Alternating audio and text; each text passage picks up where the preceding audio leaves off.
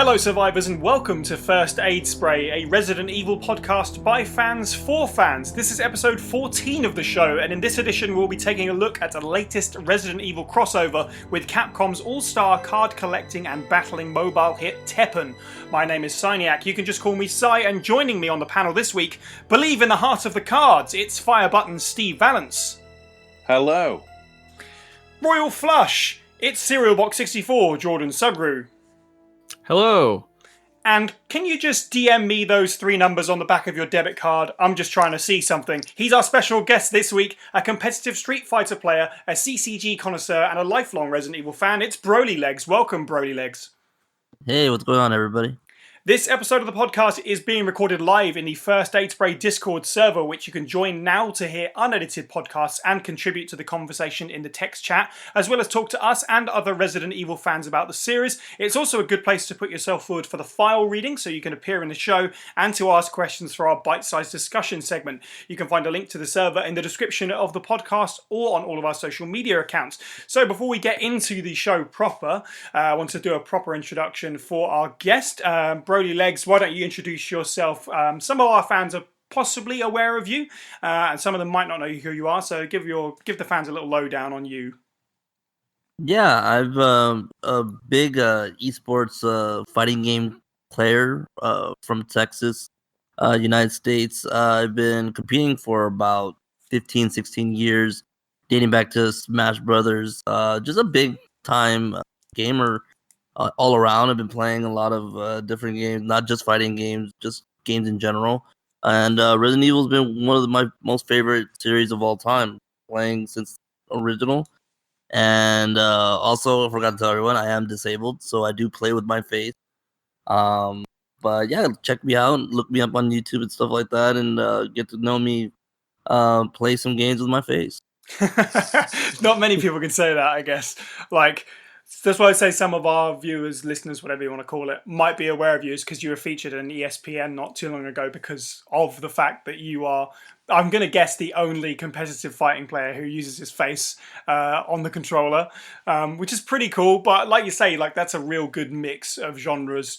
Just to introduce you with playing fighting games, card games, and Resident Evil. You said the first game was your introduction. What was your favourite Resident Evil game at this point, and how do you feel about the franchise at this point in time? Man, I really enjoyed the remake of 1, or the remaster of 1 for the longest time. I did love 2, the original 2, but once that remake of 2 came out, it's been my most favorite game of all time. I love playing that game. I love, delving into it, playing the campaign. I love most of the series in general, honestly. But if I had to pick a favorite, it would have to be the 2 now. It's just really great. Yeah, that's kind of fair. I think we were all pretty surprised with just how good that game came out after all the years of people asking for it and stuff. It's really good to see people being like, yeah, this is my favorite. Certainly it walks that silver bullet line. It really does, doesn't it? Everything. It's brilliant for that. Yeah, that's completely fair. So before we jump into the podcast proper, we do have a little bit of housekeeping news at the top. Immediately following the recording of this show right now, James, aka Moist Owlet, is going to be streaming on his Twitch channel, which is twitch.tv/Moist Owlet Official. He's going to be playing Daymare 1998, which is the first Aid Spray organised stream. Is going to be doing it on his channel, and the video on demand is going to be on our YouTube. So if you're listening to this podcast after the fact, do head over to our YouTube. Again, link for that is in the description. You can watch that stream after the fact, and make sure you hit subscribe because we do have some cool stuff coming up in the pipeline as well. The guys over at Invader Development sent us over a code. They were gracious enough to kind of ask if we would like to do something for them for the game. So yeah, it's really cool to have that opportunity and stream Daymare. For those of you who don't know what it is a game that started off as a Resident Evil 2 fan-made remake, and became its own gave its own identity over time. And the game is now out on Steam. It's planning to come to console down the line as well. If you're interested in Daymare 1998, check out James playing that. over on our YouTube channel. So, with all that out I'm of so the way, proud. yeah, I know, Can I isn't just- it great? I introduced him to Resident Evil last year, and now he's going to be spreading his wings. Absolutely, he's the daymare guy now. So, with that out of the way, let's dive right into this week's news.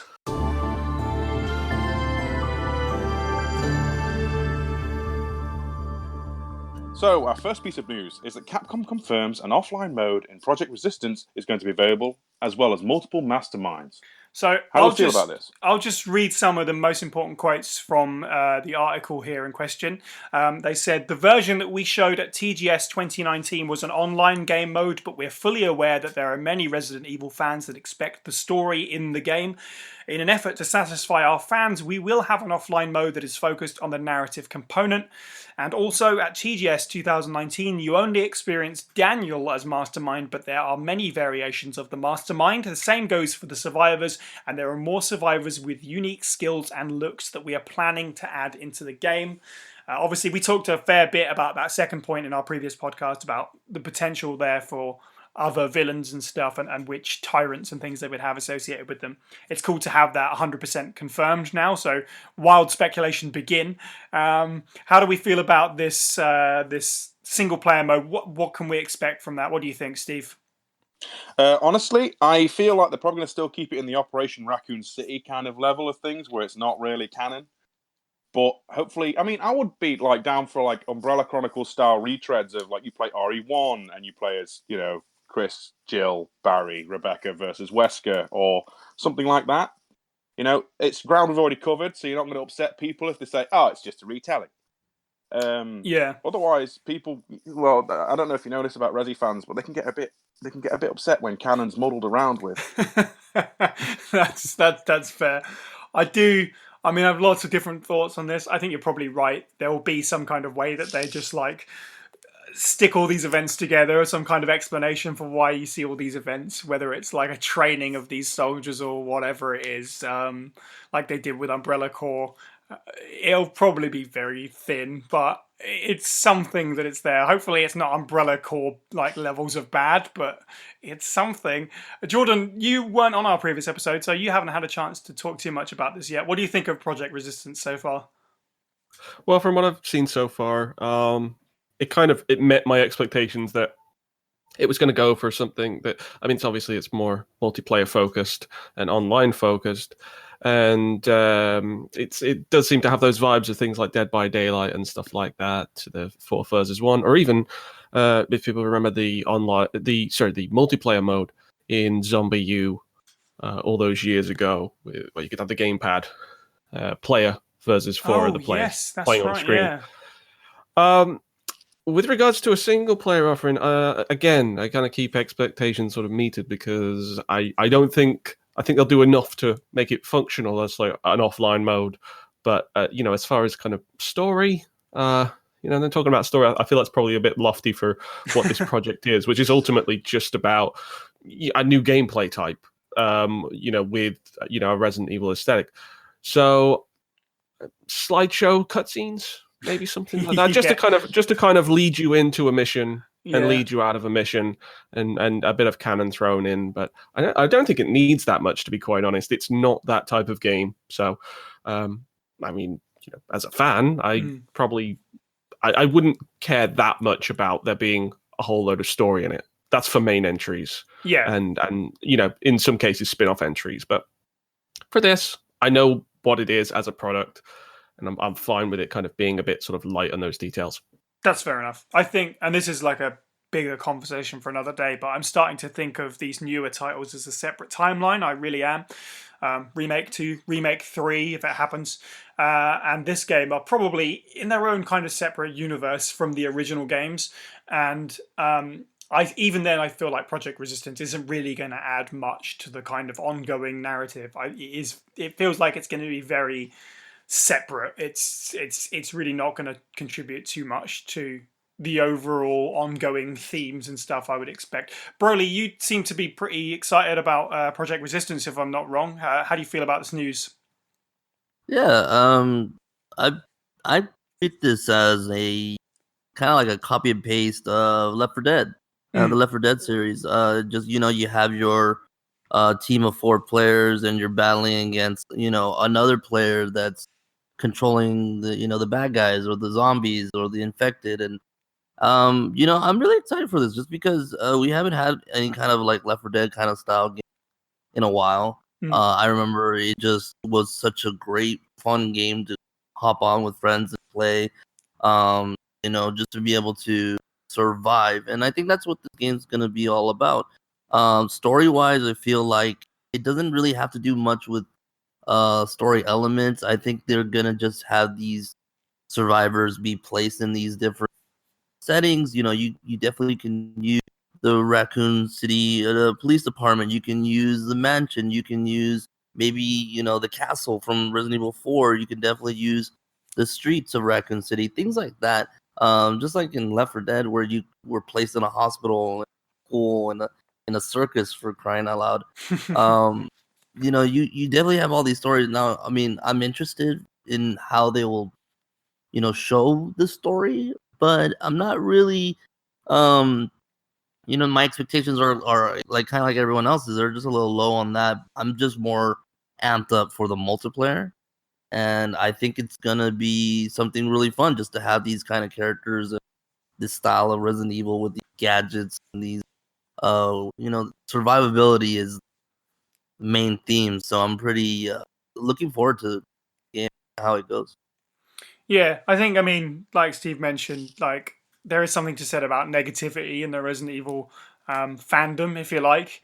But at the same time, if you look in the right places, there are plenty of people that are excited about this, just because it offers something different and just something fresh, and it's going to be something that's tiding us over towards the new game, the new main series game. So I'm all for it, and it's as people that are sort of part of the community, it's going to be fun for us to engage with other people. And actually, I mean, Resident Evil has tried online before. I'm really hoping they stick the landing with this one, because it'd be nice to have a fun online game to play with other Resident Evil fans and that kind of thing.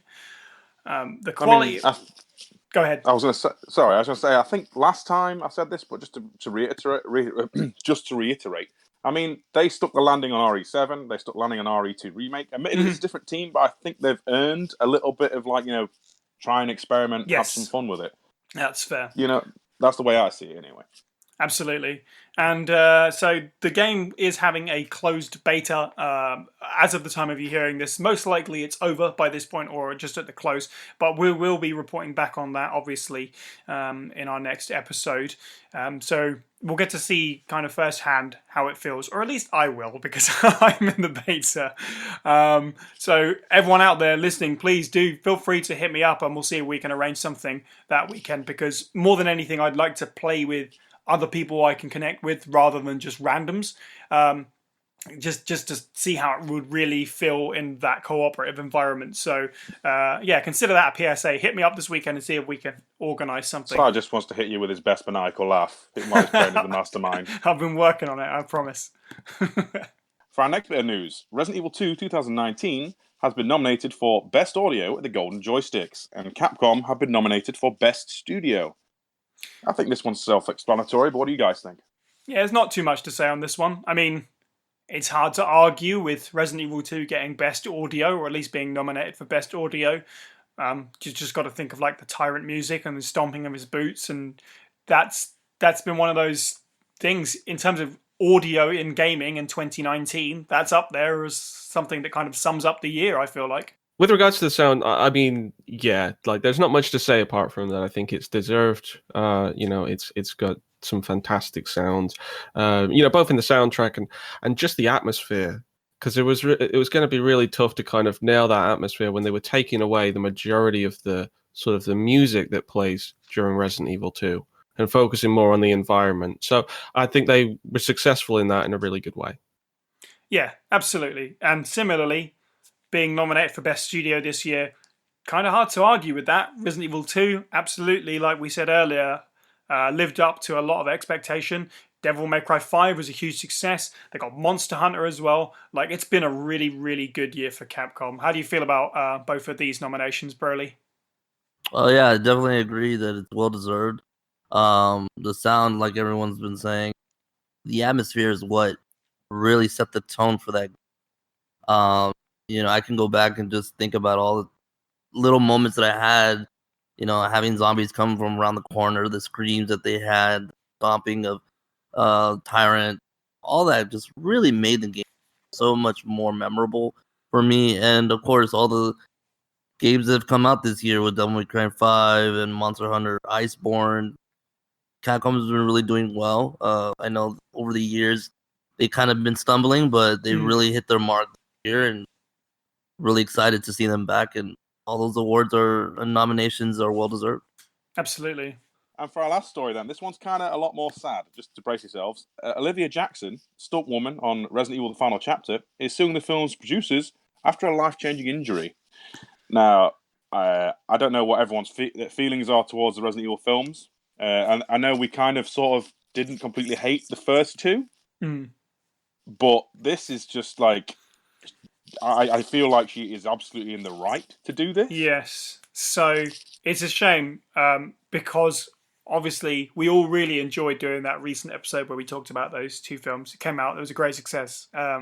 This has kind of put a sour note on the film club episodes, I feel like, which we'll be doing in the future. But nonetheless, just to add a little bit more detail, let me just read from the article here. Olivia Jackson was supposed to film a fight scene, but at the last minute was asked to perform a dangerous and technically complex motorcycle scene in adverse weather conditions. That's a quote. Jackson's suit alleges that during the scene, a camera attached to a crane was supposed to elevate above her head as she sped forward on a motorcycle, but the crane operator failed to raise the camera, and the camera cut through Jackson's face, leaving her teeth exposed, twisted her shoulder, ripping out 5 nerves connected to her spinal column at the root. She was placed in a coma during a surgery that saved her life, but she was still left without one of her arms. She's now suing the defendants, which includes Paul Anderson and Jeremy Bolt and their production company, all of the production companies involved. Jackson alleges the defendants caused her nightmarish injuries, then shamelessly abandoned her and welched on their promise to provide financial support to cover her medical expenses. The suit alleges they skimped on insurance and that Jackson was left without financial means to cover the medical care, which is obviously the absolute worst part of it. As she said, they're living off the cash cow of that movie, which is raked in over $300 million internationally. And also, as this article, I wasn't even aware of it, as it points out, the suit also alleges 11 actors were injured on the set of the previous Resident Evil movie, Retribution, which was released in 2012. So this is an ongoing issue with the Resident Evil films, that they seem to be putting people in harm's way. And this... Olivia Jackson, if you look at her IMDb credits, and shout out to Sunny Bow for pointing this out, she's been in a lot of highly successful movies. She was in Mad Max Fury Road. She was in one of the recent Star Wars movies. And for all intents and purposes, this has done no good for her career. Could have ended it, or it depends how she wants to pursue from here. But, I mean, it's an awful situation. I don't really know what else to say. It's just terrible. Agreed. What strikes me about this is that this whole situation feels very much like a small production mindset. Now, that's obviously not the case with the Resident Evil films. They still make a lot of money, but almost any production worth its salt needs to have that kind of protection. For all actors and all cast and crew, and from the sounds of it, it's just not there. And what's more, they're not doing anything sort of in the aftermath to really protect the people that have been affected. You don't typically hear of these stories, thankfully. But even if there is something that does happen on set, I've known of quite a few high-profile movies that have had some serious injuries, especially to stunt doubles and such like that. But they're handled typically internally, because the studios understand the importance of the injury, and they try and give as much support as possible. The fact that this has become so public, the fact that the actress has had to kind of step forward, take this to court publicly, it says a lot about the production in how far they've stepped back. And obviously, more power to her. I obviously really hope that everything kind of comes back to it, because it's poor from the production studio. I mean, maybe I'm kind of going a bit ahead of myself to say this, but it could well put a break on Resident Evil films in the future.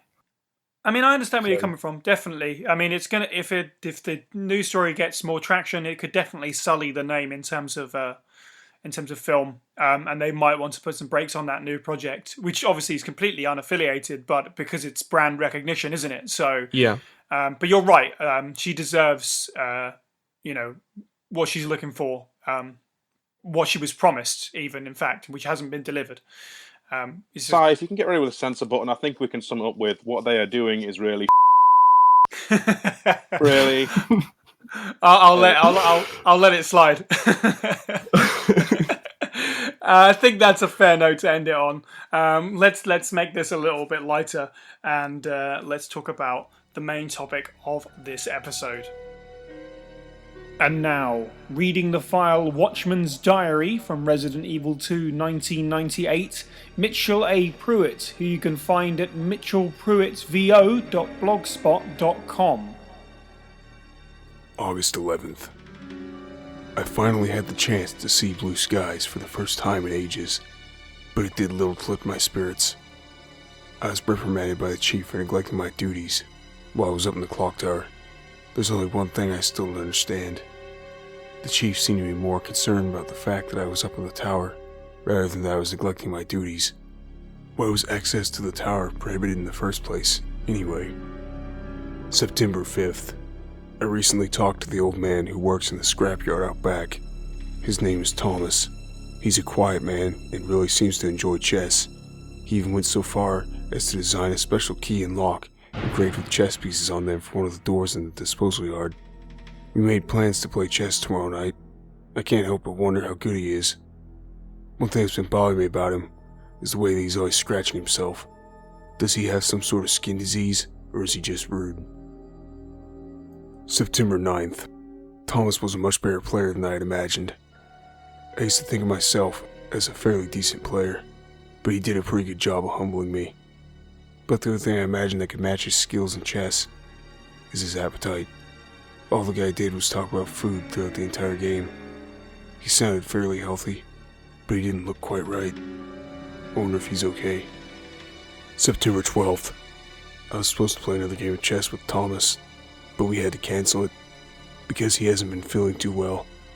He stopped by to see me, but I told him to go back and rest since he literally looked like the Walking Dead.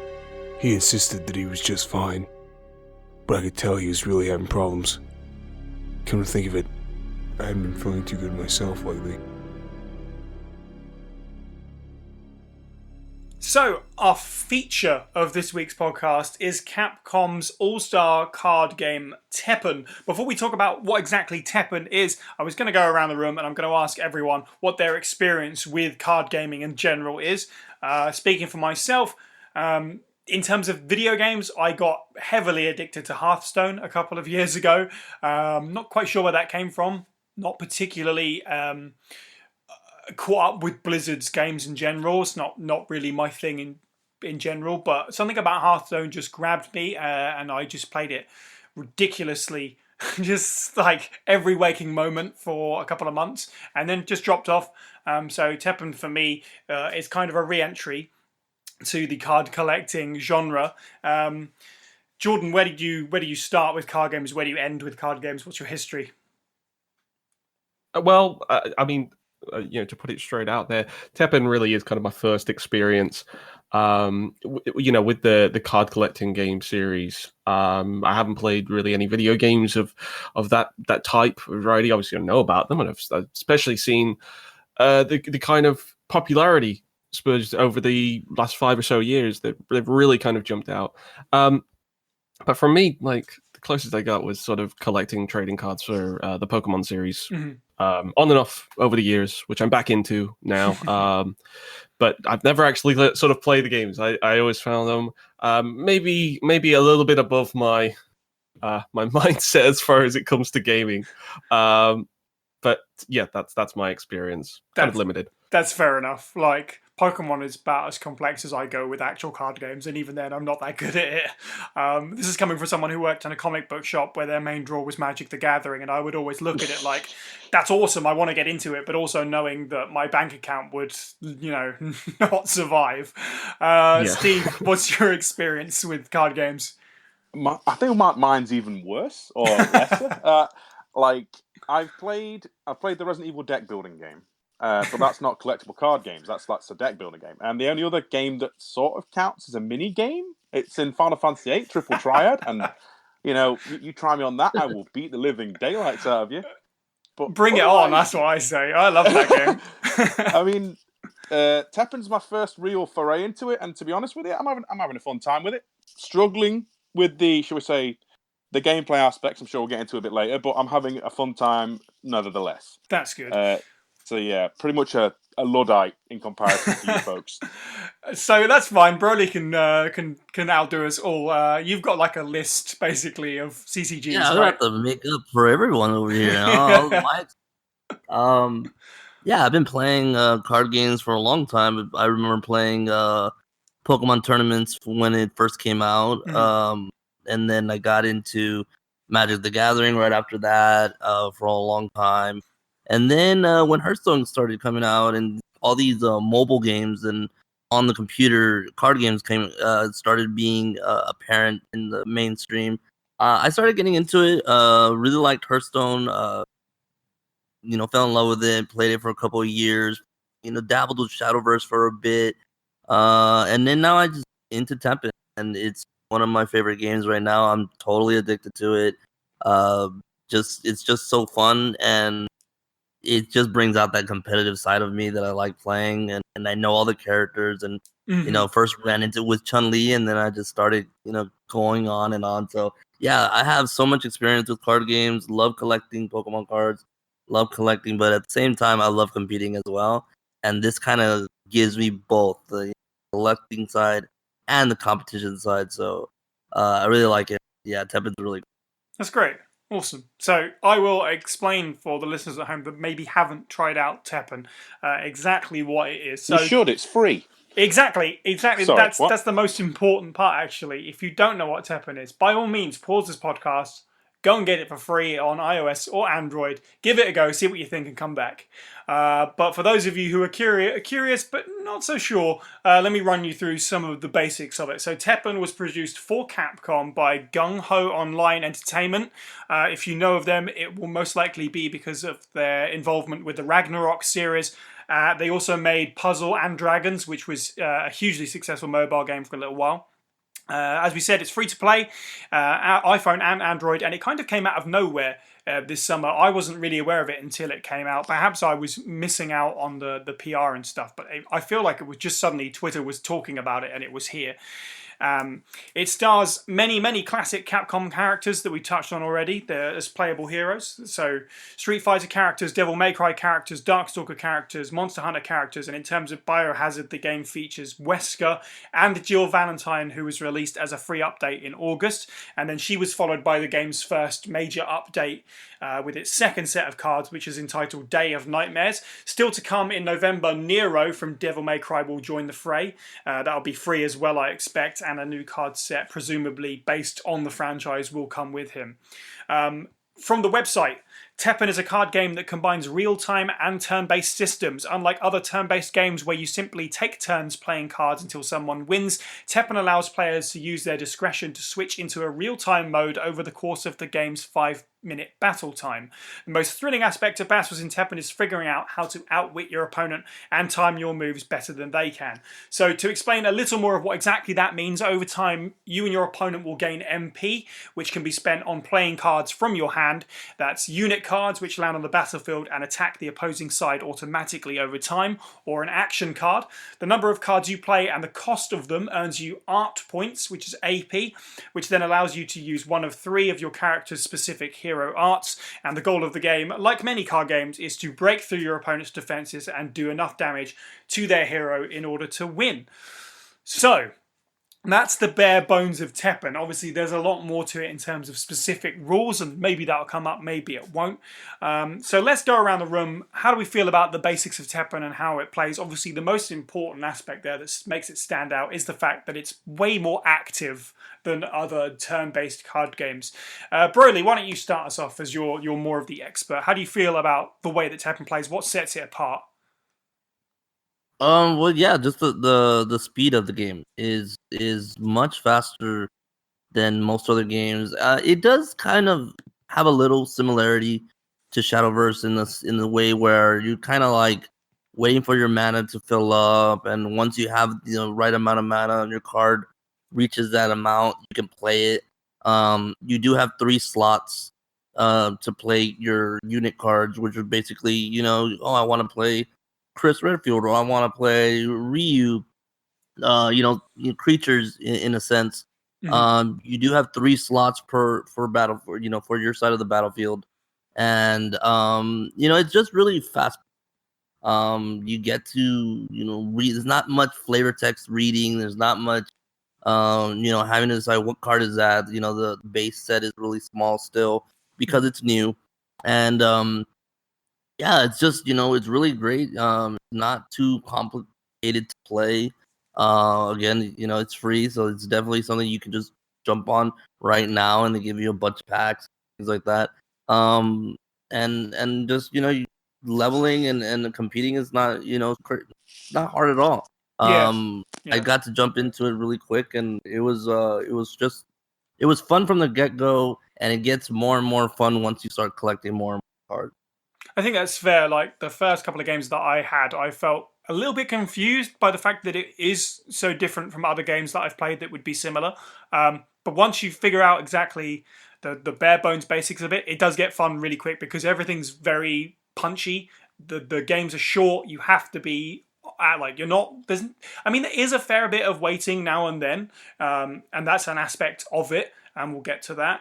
But yeah, it's way more punchy. There's always something going on and to look at and to sort of plan ahead. And like you said, actually, that's something I hadn't realized until you said it. Like all the games do come with a little bit of flavor text, but more than that, the descriptions of what they do are really straightforward because if you're playing a game and you've got your hand in front of you and you have a specific amount of time that you need to play cards in, you need to be able to read what's going on. So I like that it's really punchy and straightforward. Jordan, how do you feel about the basics of Teppen? Well, yeah, I think they, Capcom know who they're appealing to here. They're kind of trying to get sort of almost 2 markets here because, in essence, it still feels like a fighting game.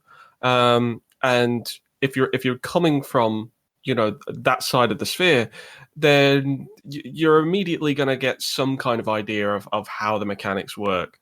And for me, obviously being quite a novice in any kind of card games, that's what helped me get into it, because I could at least understand how the flow of the game, worked and what exactly I was trying to work towards, and that it's not exactly the card versus card that you want to be getting yourself embroiled with. It's trying to get to the actual character and trying to work down their health. And in that respect, it's easy to jump into. I'll be honest. When I started playing the first few rounds, I didn't really know what I was doing, and so when I would win, I'd be like, "That's great," but I need to learn more about how I did it. Yeah. But the fact that it's there, the fact that you are able to kind of jump in and not necessarily, be too storied in experience with card games, it helps a lot. One thing I definitely can't say is that it doesn't have depth. There's just so many cards.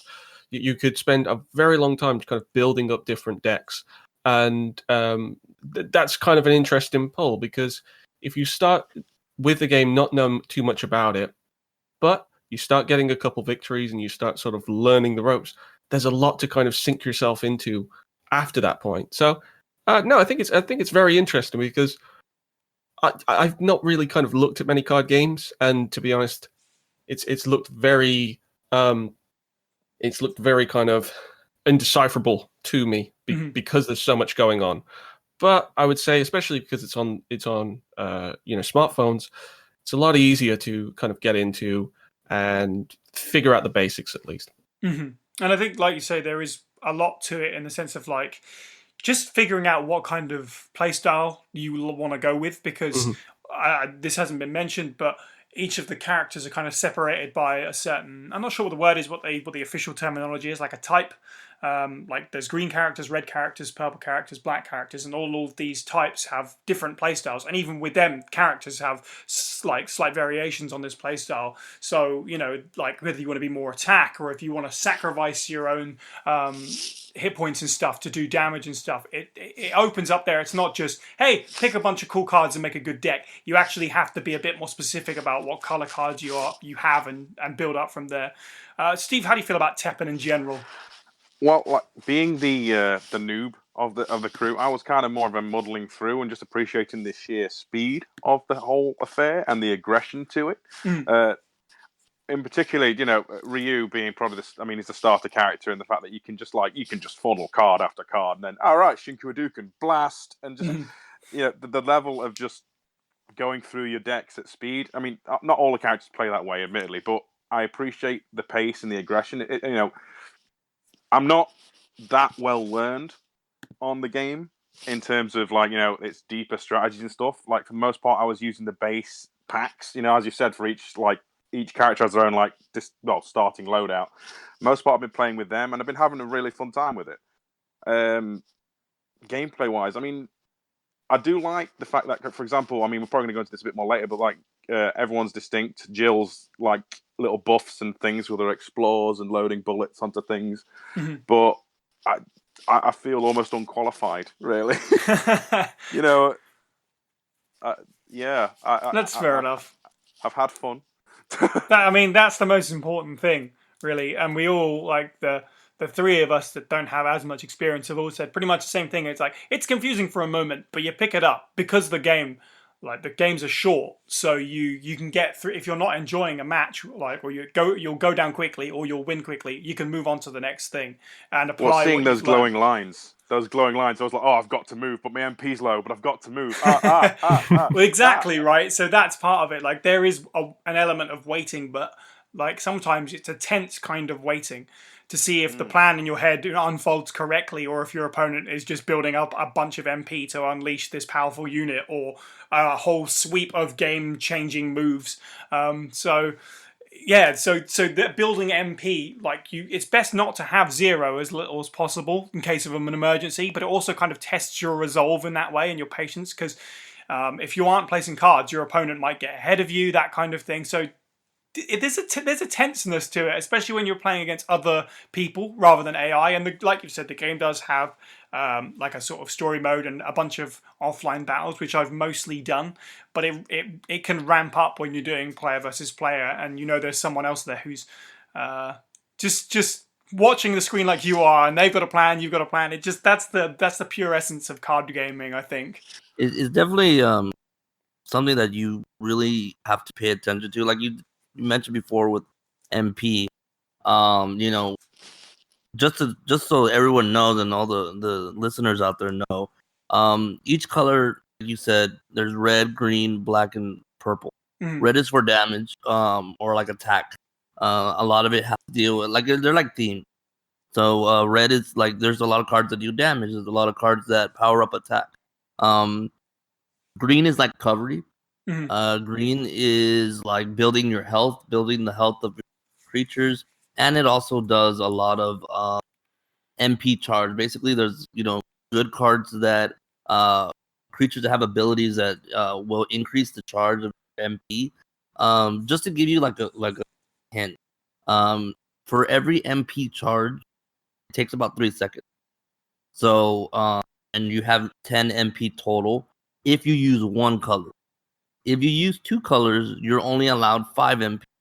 So they do kind of like branch out. You can even use 3 for 3 MP, but nobody really does three colors. Most of the time, you're going to run into people with 1 color or 2 colors. And once you're using 2 colors, you can't use the maximum, like 6 MP and above. They won't let you put that in the deck. They'll let you only do 5. So anyway, so green is recovery, and basically just amps up your charge, lets you play cards faster.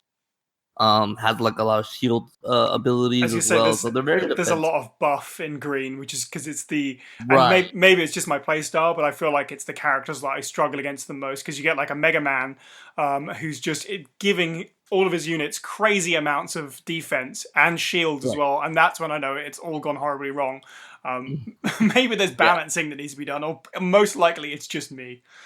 I mean, when the game first came out, X was like the lowest Oh, okay, tier. Like interesting. he was really, yeah, because he just didn't have, like, it was defense, but Mhm. there wasn't enough cards to gain defense. There was like, the charge effects were really good, but Chun-Li was kind of like the more preferred one because Sure. her abilities were like shielding and giving more MP and playing stuff.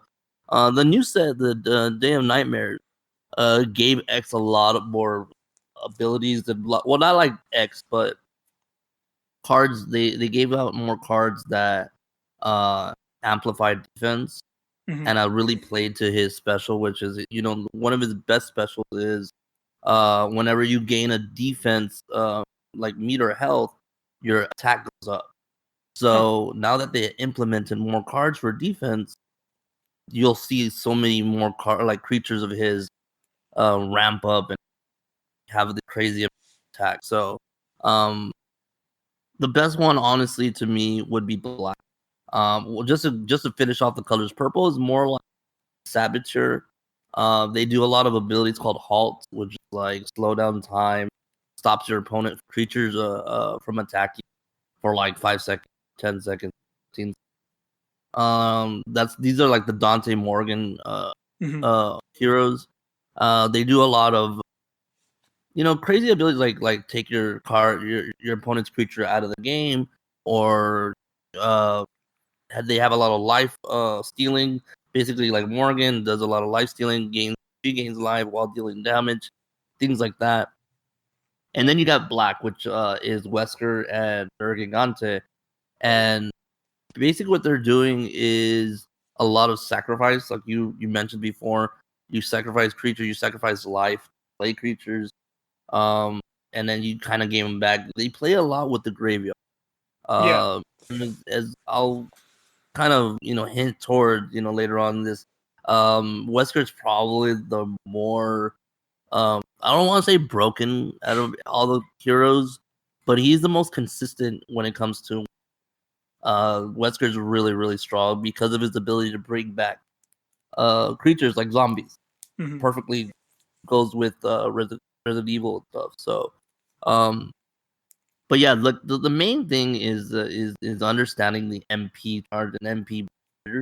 I think that's the hardest thing that to get into, because that is like the one mechanic from Teppen to the others is the way you gain mana and the way you play cards. A lot of people rush to green because they want that charge, they want to play faster stuff, but it's just how you want to play it, and being able to time placing creatures is key. There's a lot of factors that are not just in-game mechanics, but also the way you play creatures, the way you play cards, your action units, and things like that. So I can understand how it gets a little crazy and difficult because timing is not a big, it's a very new card games. Mhm.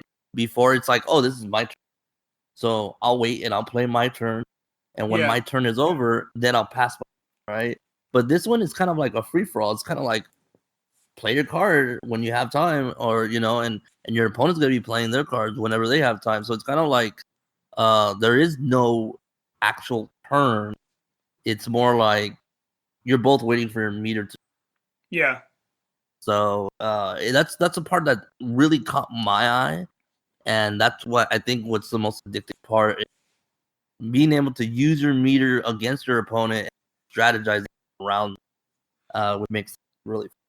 Yeah, so like the earliest kind of examples that you'd come across while playing that, like you say, it's really tempting to just go, "Hey, I've got MP enough for this card, throw it out, and MP enough for this card, throw it out," and that kind of thing. Which you can screw yourself over quite easily by doing that, just by having having a hand that you can't do anything with because you've just there's no space for these better cards or whatever.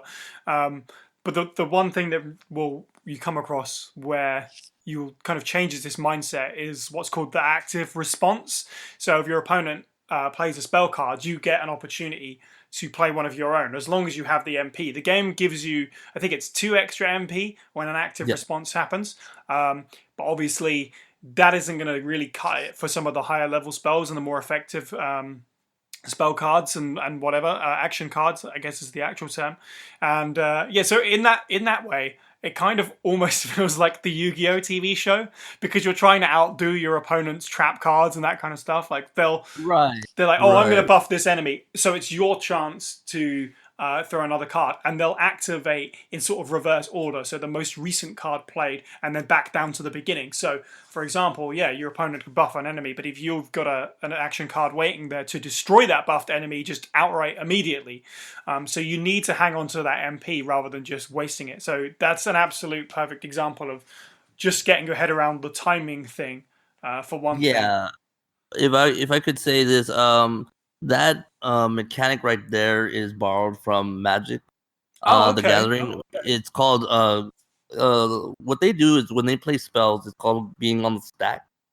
So basically, like if I the difference is that in Teppen, when you play a creature, it doesn't go on the stack.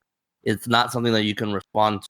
Only spells in Teppen. So like in Magic, I could play a creature, right? And I basically say, okay, I'm playing this, and anybody can respond anyway. Like they can say, hey, I'm gonna counter that creature spell. Everything's a spell to whenever you play something for Magic. So I can counter that. So and before that creature gets in, it's getting the spell itself is countered. But if I wanted to jump in and say, no, you know what, I counter that spell, your counter, then the stack goes. So then my counter's first, counters your counter, cool. And then my creature gets it. Yeah, so Magic the Gathering was the first one that kind of did the stack ability. And a lot of card games kind of like touch on it a little bit, not as much as Magic did.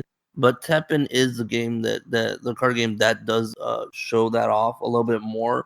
Not with the creatures though. So like if I can play a creature, and this is kind of if you really think about it, this is what makes it a little bit like what decks stand out more than others. When I play a creature, let's say I'm playing the Ryu deck, and my card says when you play this card, deal 4 damage to an opponent's creature. There's nothing you can do about that. Like I'll play the creature, and you're gonna take 4 damage, or your opponent's creature is gonna take 4 damage. There's nothing you can do. But if I were to play a spell, like an action that says deal 5 damage to this creature, you have the chance to respond to it. And yes, you are given 2 extra MP for it. And the reason why they do that is so that you wouldn't kind of get chained up to like not being able to do anything. I'm pretty sure Teppen and developers really wanted the opponent to have a response. That's why they gave at least 2 meter, nothing crazy, but something that you could do to maybe kind of counter or try to save your creature or whatever, give it a shield, something like that. So yeah, like the abilities and the kind of mechanic has been there for a while in the older games, but this was like the first game where it kind of really flushed it out and kind of it's the one mechanic that's kind of confusing to a lot of people. I didn't even know about the 2 MP plus until like maybe a week after I started playing. So it is something that you kind of pick up and learn from as you play. But that mechanic right there is really good. It gives a lot of strategy. Holding, like you said, holding cards. If I'm playing the Ryu deck, honestly, when I'm playing in ranked and I'm playing the Ryu deck, I'm not pressed playing any cards because I know my deck is a defensive deck. So I don't play anything until they play something. And if they don't play anything, then I'll play a spell or something. That's it. So holding on to cards is very important. Just so that you don't run out of MP and you can counter. Yeah, because that's when it can all go wrong, especially when you're playing against someone who knows the game. If you're stuck with 0 MP. Exactly, mind games, you're right. So in that respect, Steve, how do you feel about the active response part of the game and that kind of gameplay? I'm going to be honest. Having only played against bots, I'm probably not getting the most out of it. But because it generally boils down to, I'm going to play this. Oh, they've responded with this, which is going to do that. So, do I have any other answer for this? And then I've exhausted my MP, and it's a bad mess when I do it. But I understand the idea, and that I can appreciate, especially after Broly's just really explained it even more thoroughly, because it means that I can go back to it and maybe approach it with a bit more of a tactical mind as opposed to just piling on. Yeah. I do like the concept, though, like you said, where it almost feels like you have to be very, very sure when you want to play these cards, because if you just chuck it out there and they have a much more powerful response, but they want to bait you into getting the 2 extra MP and stuff like that. Again, it's mind games. I love it. That's brilliant. That's all part of it, and the experience is all part of it. Like the more you play, it's one of those things where even slight adjustments to your deck can make all the difference, right? Like you just take out one card and add one card extra, and that can change it up. So when it comes to what you said before about using the basic decks, it's when you get to the point of building your own and you can really plan out what you are doing in a game. That's the first sort of big hill, it feels like. Jordan, how do you feel about active response and these parts of the gameplay? Well, I'm in the same camp as Steven. I made a lot of mistakes with those kind of systems in that because you kind of treat it almost a bit like a super.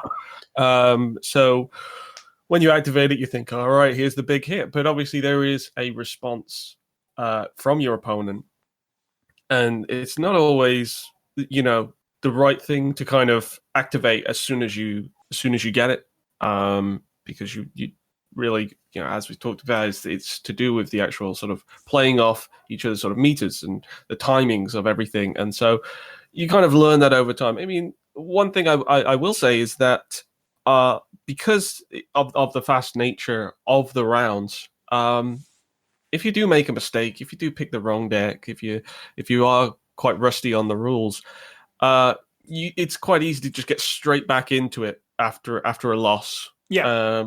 And so, it's interesting in that way, because even though there's a lot of investment that you can do, in building up a deck ahead of time, when you actually kind of get to the battles, they're quite short. It's not like something like like a strategy game like Total War, where you could spend an hour, building up, a fantastic army, and then one kind of tactic can go horribly wrong, and you have to watch it kind of unfold for about an hour.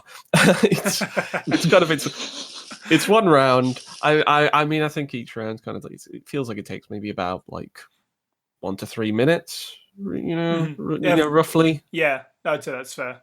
I mean, if you're really losing, then yeah, just like 1 minute you're out, But I do like that aspect of it, that it it's still quite forgiving to players, and it's kind of it's a notion of take minutes to learn, but take a longer time to sort of master. Yes. I like that aspect. I didn't feel like I was completely kind of gated out from this game, to put it one way, as if there is sort of a certain sort of level of sort of skill requirement. Definitely felt like quite an embracing game for newbies like myself, who kind of need a bit more extra time to learn the ropes. I think that's important, really. I think that's what I wanted to have come out of this podcast for listeners that maybe haven't played the game, is that you got to give it a try. Because it really is, and like I say, you two and myself included, we don't have huge amounts of experience with this, but you can take to it quite easily. So I think it is really worth giving a try. And similarly, there's way more depth to this than I would expect, because like even in 2019, and I know maybe it's my age showing, but I always feel like mobile gaming is still kind of a dirty term, like mobile gaming, whatever, the new Mario Kart, terrible, that kind of thing. But you know what? There is plenty of good mobile games out there, and it shouldn't be surprising. I don't mean it in a horrible way, but it's surprising this game actually has way more to it than it even really needs to. It could be complete shovelware, but it's not. There is actual time, thought, and support put in for this game. Like we said, there's been updates with new characters and new card packs, and there's more to come. Presumably, Capcom, I think, are planning on supporting this for at least a year. And Yeah, I mean, it's done pretty well. It's got like 3 million downloads at this point. Just going to skip forward just whilst we're talking about that. In fact, since we have Broly here, is there like a good competitive scene for this? I've seen some stuff about like a world tournament of some kind coming up. Like, what's the competitive scene like for Teppen? Yeah, I want to say like the beginnings of it. I know that they had some invitational like pretty recently.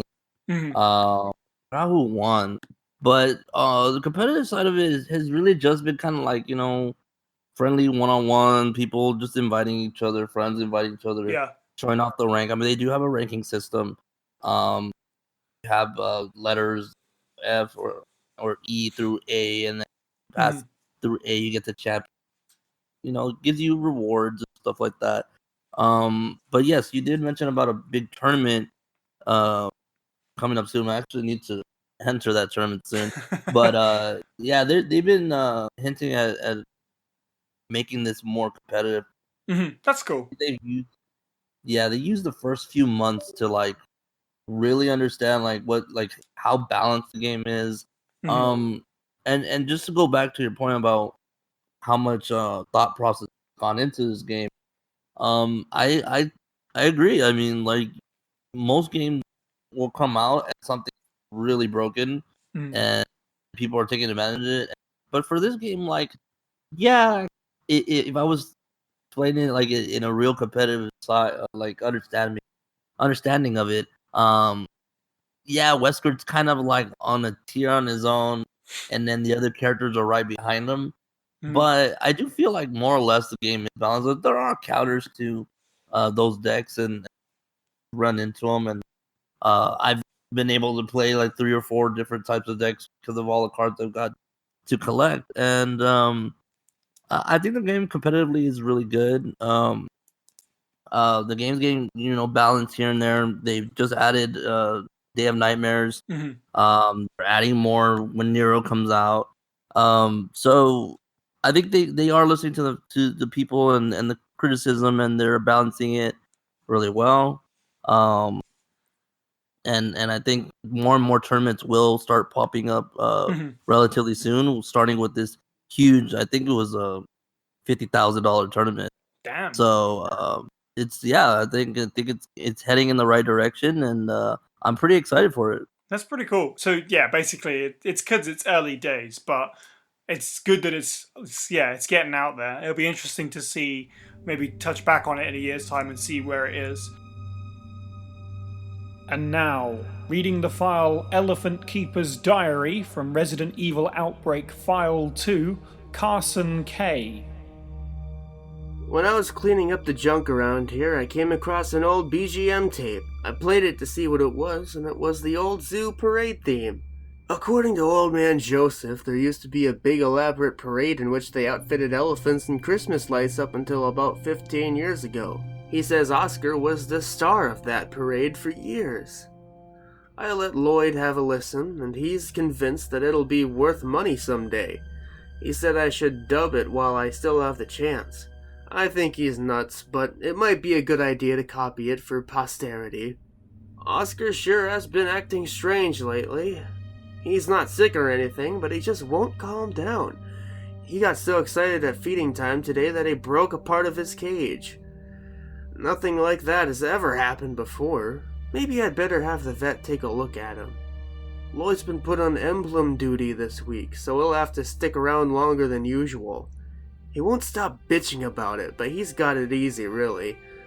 The dome is close to the front gate after all. Speaking of which, I guess the dome is getting shut down toward the middle of next month. They're too damn cheap to tear it down, so it'll probably just sit there for years and rust. What a waste. So let's move on a little bit and talk about sort of the franchises that are represented, see what people feel about that, and the characters in the game and stuff like that. Like, who have people maybe been tinkering with the most? I'm just going to go off the bat. I'm going to quote Sphere Hunter on Twitter, who said basically about the game, if you put a cool character in a game, people will play it if they connect with them, in reference to her playing Teppen because Jill had arrived.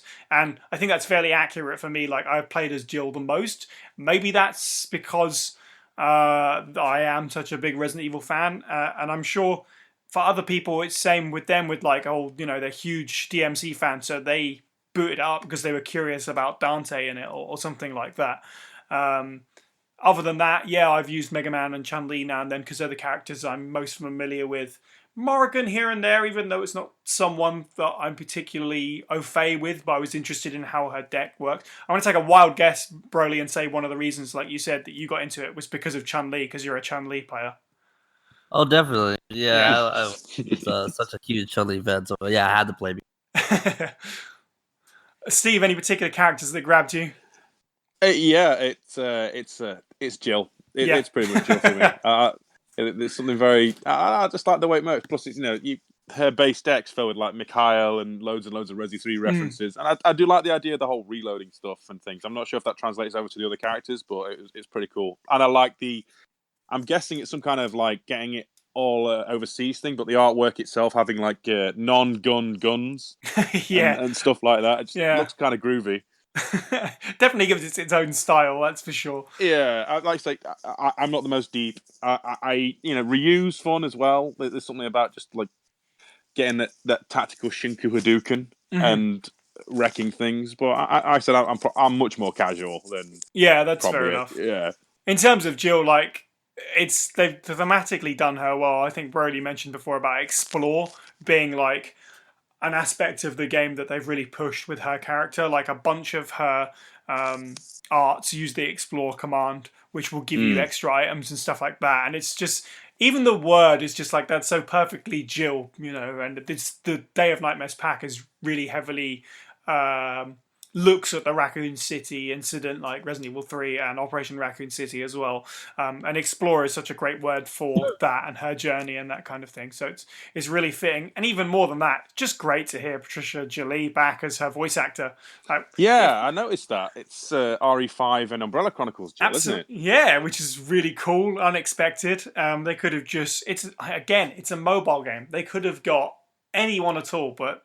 They got the official voice actor. Obviously, DC is Wesker as well. It's just, just cool. Like, the voice acting can get repetitive in these games, and this is not excluded in any way. But just wonderful to have her back. Jordan, any particular characters? Oh, sorry, Steve, go on. I was just, yeah. Okay. Jordan. Well, I largely stuck to the Resident Evil characters, so largely kind of dabbled with Wesker and Jill, and primarily Jill.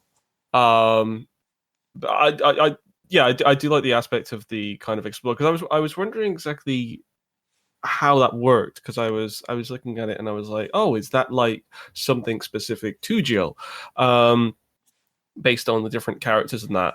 But yeah, I mean, obviously, as far as sort of like the character roster goes, it's kind of what you would expect, really, when it comes to kind of like any kind of Capcom All-Stars title. Those are kind of like your main characters. It's like Mario Kart. There's always going to be a Mario, a Luigi, a Donkey Kong, a Bowser, a Peach, and so forth. And so they kind of feel like the base characters that you would always expect. I'm kind of interested to see where they're going to go with the additional characters. Obviously, bringing in someone like Jill was sort of that was quite obvious, made sense. And who's the next character again? Is it Virgil? You say Nero. So close. Nero. Yeah. So the sort of the secondary characters, they're going to start coming in. I'm going to be most interested in that, in seeing which characters get the spotlight, because Capcom kind of does a rotation. Yeah. Outside of sort of like the main kind of marquee characters, they kind of do a rotation on which kind of characters are getting the spotlight in any of their sort of all-star clash titles. But I think it's a nice roster to kind of start with. It really kind of represents the franchises pretty well. I'm surprised we haven't got Ken or Akuma yet, to be honest. I could see Akuma being the Street Fighter additional character, definitely. Mm-hmm. Yeah. So whilst we're on the subject, then, what do we think about Day of Nightmares as a pack? Does anyone else think it's particularly interesting that they chose Resident Evil as the first pack? Technically, it is Capcom's biggest franchise, but at the same time, I kind of would have expected them to do Monster Hunter because of its a really modern hit for them, or even Street Fighter, just because of the crossover appeal that Street Fighter has always had. So I'm not, yeah, it's just really interesting to me that they picked Resident Evil to begin with, and that they picked Jill and all this stuff from. Well, it's really interesting that they picked Operation Raccoon City. Let's not dance around it, but it seems like they maybe are riding the Remake 2 wave and the expectations for Remake 3. Steve, what do you reckon about that? I'm kind of surprised as well, because I was honestly wondering why they didn't do a tie-in to like Iceborne, what with it being the next big Monster Hunter thing. I kind of, it's a strange call, but Operation Raccoon City's characters were kind of, I suppose, for a lot of people, the draw. These edgier, like more stylized Spec Ops, and then you've got the the Delta team as well. I appreciate the fact that we've got the Spec Ops guys, because they felt like they were going to be more not Capcom related, because they're just US Army, but still, yeah, it's interesting to see. And if there was one thing to take away from Operation Raccoon City and enjoy about it, it was the characters they added, because the gameplay was a touch clunky. So to bring them back, yeah, I'll take it. It is weirdly nice to see them again. It's just like there's characters with like Echo 6 characters on there, and I just had to I did a double take, to be honest. I was like, oh, these guys, I forgot about these guys. You know what this is? This is like a sort of almost a Star Wars syndrome, where obviously the prequels got panned so much, but you see a lot of love for the likes of Darth Maul, or the idea of Ewan McGregor coming back as Obi-Wan Kenobi for a series. There's that inherent belief as fans that even though this first stint at a particular kind of branch or installment didn't quite go as planned, there's still that kind of hope that you can kind of take the positives from that and kind of build on that.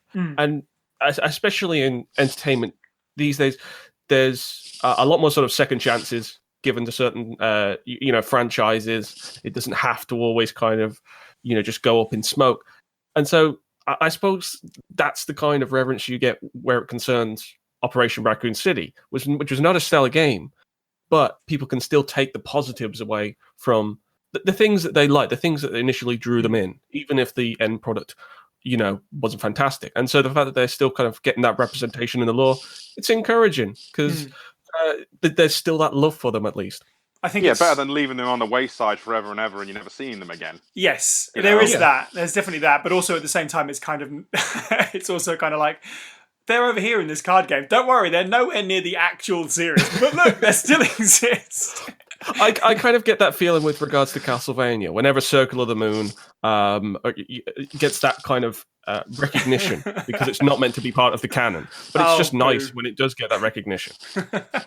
It's a jab at Psy liking Circle of the Moon. No, I like Circle of the Moon. I'm always crushed when Nathan Graves doesn't get any kind of recognition in the Castlevania lore. So it's more a point about sometimes you get those minor characters that don't get the representation. We always go on these Castlevania tangents, so I'm going to try and get back in. Broly, how do you feel about Day of Nightmares and the choice to have Resident Evil as the first pack? Yeah, I'm very excited for it. I mean, I was really kind of shocked when Jill was the first character coming to Teppen. It wasn't like, I mean, I saw Wesker. I mean, I saw the Street Fighter characters, and so I was wondering, like, if they were even going to add anybody else. Yeah, that's fair. And yeah, they actually added Jill, and they kind of like expanded the Explorer ability, which is kind of like a little bit sad, because you would want it just for Jill's decks, but they actually started putting it in the other colors as well. Like green has some exploring, now purple and black has explore as well, for different kind of combos and different tactics and stuff like that. But yeah, I was really I liked seeing all the new Resident Evil stuff, new Resident Evil cards. It seems to me that they're kind of going the route like, all right, what did we do this year? Okay, the first thing was Resident Evil 2. So they brought in a Resident Evil character. Next is Devil May Cry 5. So now they're bringing Nero, and I'm guessing after Nero, it's probably gonna be a Monster Hunter for Iceborne. Probably they're gonna like expand on the Iceborne thing. Yeah, maybe in the way future. Yeah. So like, Yeah, it was really surprised and excited, and yeah, I mean, if you look at my card or deck usage, I probably use Jill the most as well. So she's really fun. Love her explorability, love all her abilities, and yeah, I think it was a really good first expansion to bring out all the Resident Evil stuff. So I was really excited. Yeah, hopefully it sort of starts a wave of excitement, and they keep this up with like new packs every couple of months. I know the next one's planning to come in November, so that's pretty good.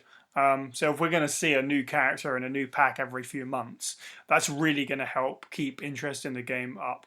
So since we're on the subject of Resident Evil, I was going to move on to some specific cards. So one of the things about Teppen that really caught the community on fire was just the incredible artwork, and we have to talk about just how beautiful this game is, and how beautiful some of the card artwork is done. And it's been mentioned before. I think Tony mentioned it in our Barry episode when he was a guest. We were talking about Teppen, and a lot of this artwork is just done by so many different artists, but it feels so consistent in the game.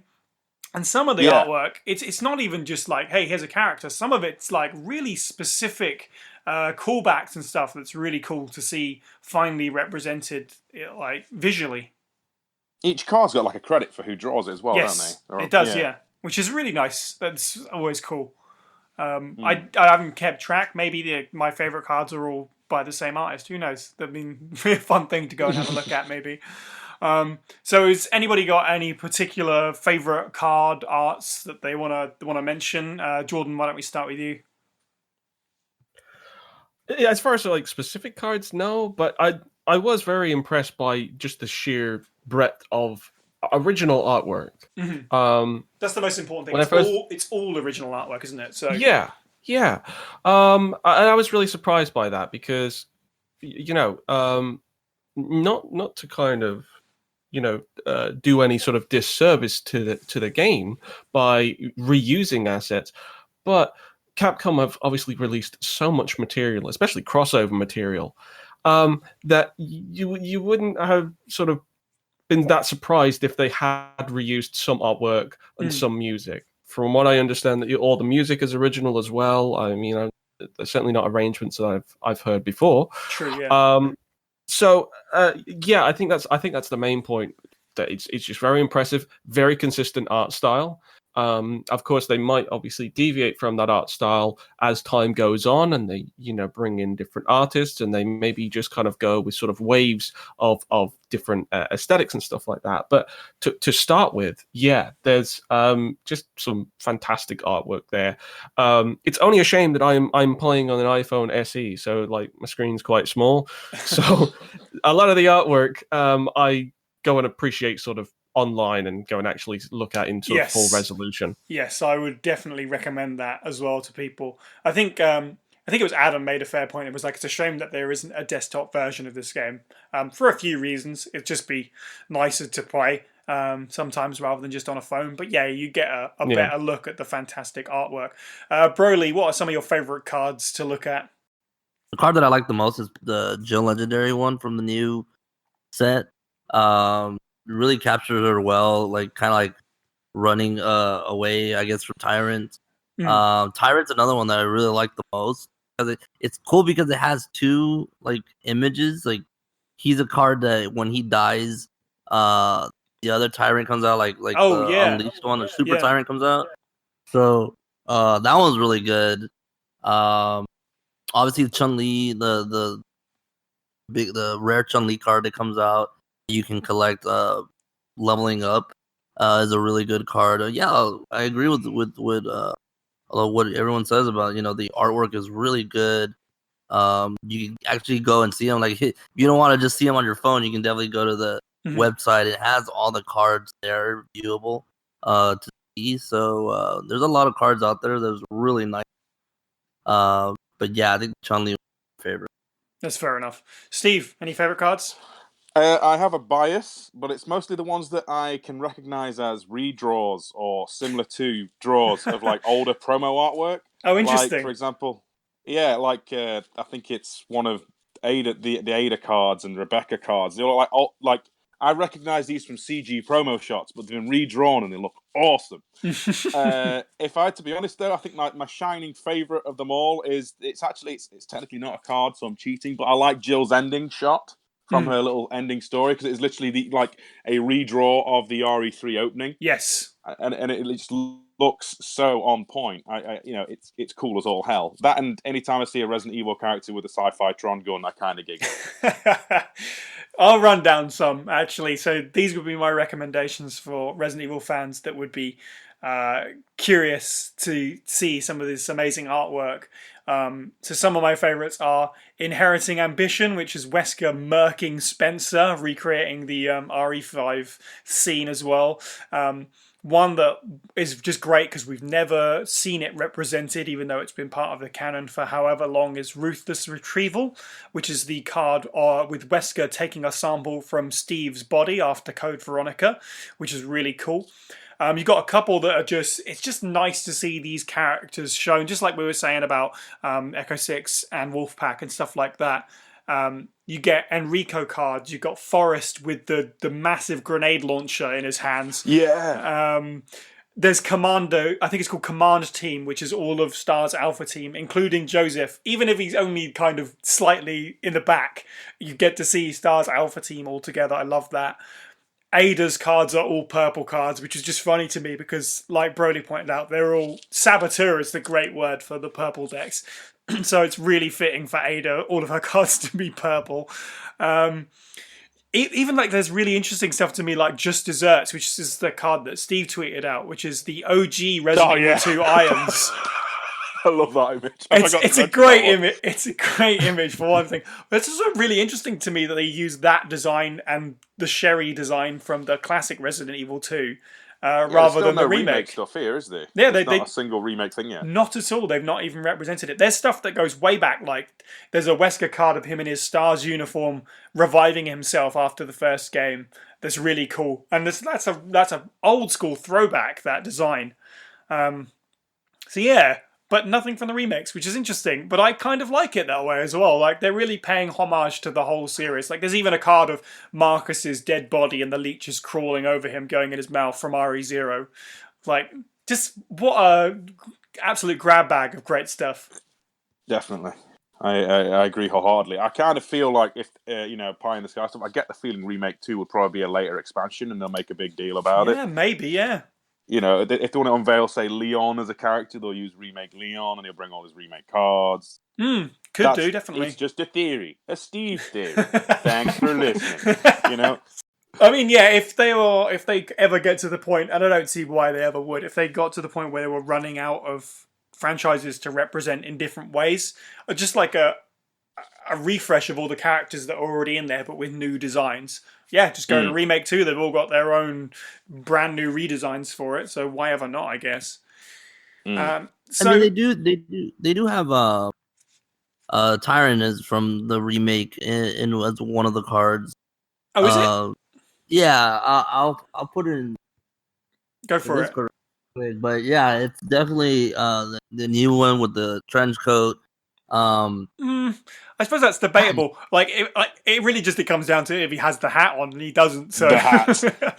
Oh yeah, the hat, right? Okay. The hat should just be its own card. Yes, the Tyrant hat. I would never use it. It's true. But yeah, I think I agree with everybody. I think that maybe they'll save it for later. Maybe they just kind of want to hit it home and kind of keep it, original and basically go to classic. What people are more familiar with. So yeah, there's something to be said about nostalgia with these cards as well. I'm geeking out over here because of these moments. Just because, they mean something to me as a long-time fan. And I'm sure, obviously, we're talking about this because we're a Resident Evil podcast. I'm sure there are similarly represented moments and characters and designs in all the other franchises that I don't know nearly as well as Resident Evil that, if you're a fan of those, that it's probably like really cool to see that as well. I mean, some of these would be really kick-ass posters and stuff like that you could put on your walls. Yeah, I mean, that detailed absolutely. Definitely. All right, well, let's close up the Teppen discussion. If anyone has any closing thoughts, I think I've made myself fairly clear in that if you haven't tried it out, I would definitely recommend it. As Jordan so perfectly put it, it can be difficult to get to grips with to begin with, but then it's easy once you've figured out the basics, and then from then on, you get to figure out how to master it if it really takes your fancy. Steve, what are your closing thoughts on Teppen? It's free. You should try it. No. Honestly, as someone who doesn't play card games generally, I have had nothing but fun with it, and I'm able to just like bully my way through and be, not always, but mostly very aggressive and still managing to punch through the AI and have fun. I think I might, after the podcast and maybe some time to reflect on my life choices, I might actually go and play against other people and build a tactical deck as opposed to just, ham-fisting my way through. Fantastic. It's open to newcomers, I think, more so than you'd let on. And don't let the active part of it like bewilder you. Just, think about what you're going to do before you do it and stuff like that, maybe. That's the same for all card games, Steve. Shut up. Yeah, you're right. I know I saw your thunder somewhat, Jordan, but final thoughts on Teppen? Yeah, if you play card games, or you know about card games, definitely play this. If you are familiar with fighting games or you're familiar with Capcom, definitely try this. As we say, it's free, and you don't have to kind of sink too much time into it for it to click. The only recommendation I wouldn't give, and it's from my own personal experience, is that if you want to play this sort of long term, definitely play it on a bigger phone. I'm playing it on an iPhone SE, and I wouldn't recommend the iPhone SE version unless you have macro lenses for eyes. There's just too much. There's too much detail to really kind of be shown on a screen of that kind of size. But most people have phones much bigger than that anyway. I think eventually it will come to a PC release. I think the popularity could lead to that. I could see that as well. And Broly, what are your final thoughts on Teppen? I mean, if you're a fan of Capcom and you want characters in card form, this is the game for you. You got to play a bunch of different characters of your fan favorites, and that's what kind of got me into it. It wasn't really much about the mechanics or anything like that. It was just, hey, look, there's Chun-Li, and I get to play her again. All right, I'll try it, and it got me hooked. Yeah, definitely absolutely. Free, definitely fun, and play the tutorial on the single player. It helps out a lot in the beginner to kind of get the feel of the game. Absolutely. So with that, we'll move on to our bite-sized discussion this week.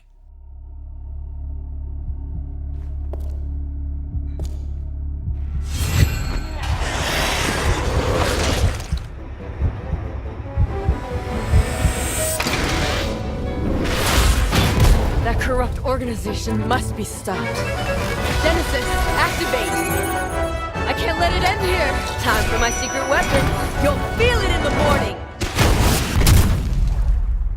And so our bite-sized discussion this week somewhat jumps off from Teppen, and I was going to go around the room and we're going to talk about our favourite Capcom crossover games. So, Jordan, why don't we start with you? What's your favourite Capcom crossover? Because there's been a lot of them at this point. There obviously are plenty of crossovers, and I guess we can kind of count Project X Zone in that as well. Which absolutely.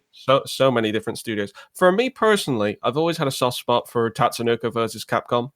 For the Wii, it was such a kind of out there sort of release because there weren't that many fighting games on the Wii, and yet this one was a really solid one. I also think it was I think it was a bit of a precursor to Marvel vs. Capcom 3 in terms of engine. And yeah, it had some kind of interesting features. It featured like franchises like Lost Planet, which don't typically get much of a spotlight. Oh, right. Interesting. Yeah. So that's my choice. Fair enough. Tatsunoko versus Capcom. Broly, what's your favourite Capcom crossover game? Is it Teppen? No, it's not. This is probably surprise a lot of people, but there was this free game that Capcom released a long time ago. It was Mega Man Cross Street Fighter. That game is really fun.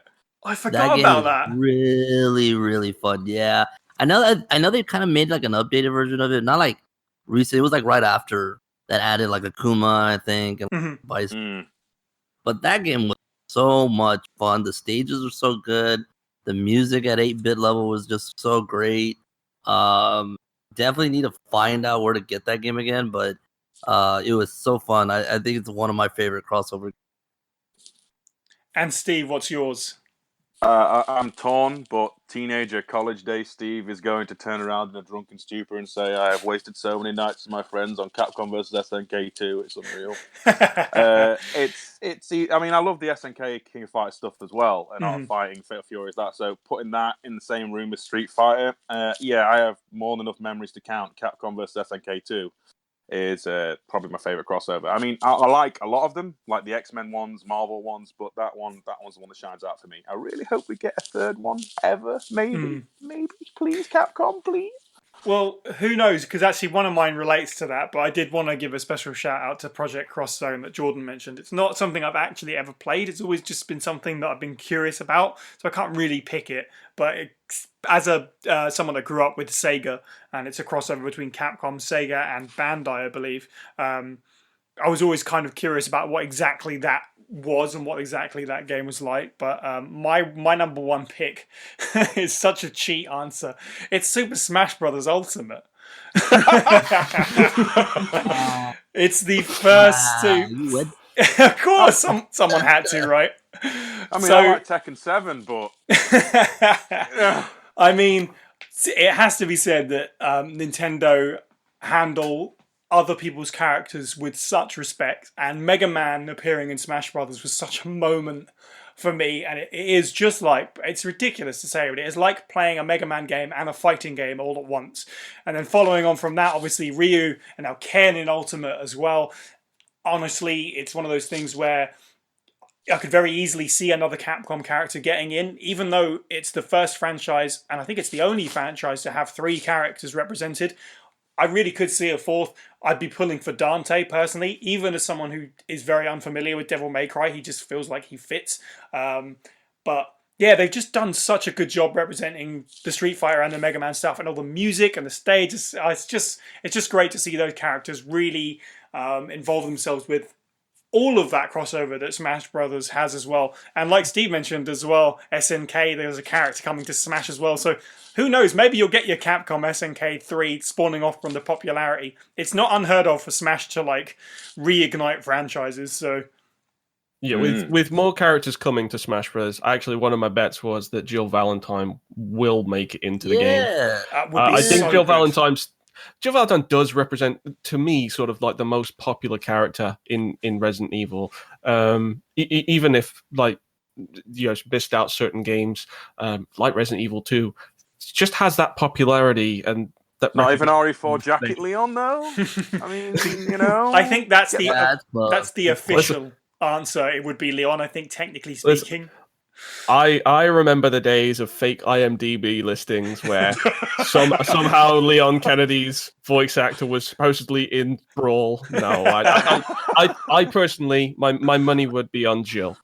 I may have modded Claire Redfield into Smash Brothers Brawl, but I'd love it for it to be Jill. Honestly, that would be great. All right, well, let's wrap this one else up. Nothing else remains for me but to thank our contributors. If you'd like to be part of the show, then please look into auditioning for our file readings. One way to get in touch is to email us at faspraypod@gmail.com. But of course, the best course of action is to join our Discord server, where you can also ask questions for the Bitesize Discussion, discuss Resident Evil with us and other fans, and listen to the podcast live as it's being recorded. The link to the server is in the description of this podcast and also on our social media profiles. You can follow us on Twitter at FASprayPod, on Instagram at FASprayPod, and on Facebook at facebook.com/FASprayPod. You can find the podcast on YouTube, Stitcher, Spotify, and iTunes. And if you enjoyed the show, please do leave us an iTunes review if you can. It helps spread the word. Our next episode will be our 15th. It's this season finale. Yes, we are drawing close to our first year. I'm going to leave it under wraps what exactly we're up to. We have schemes. Let's hope it all comes together. It should be a really, really good time. That's all I'll say. Thank you to the panel. You can follow us all individually. I'm at Psyniac_123. Steve is at Firebutton Games. Jordan is at SerialBox64. And Broly is at BrolyLegs. And finally, thank you for listening and have a good week.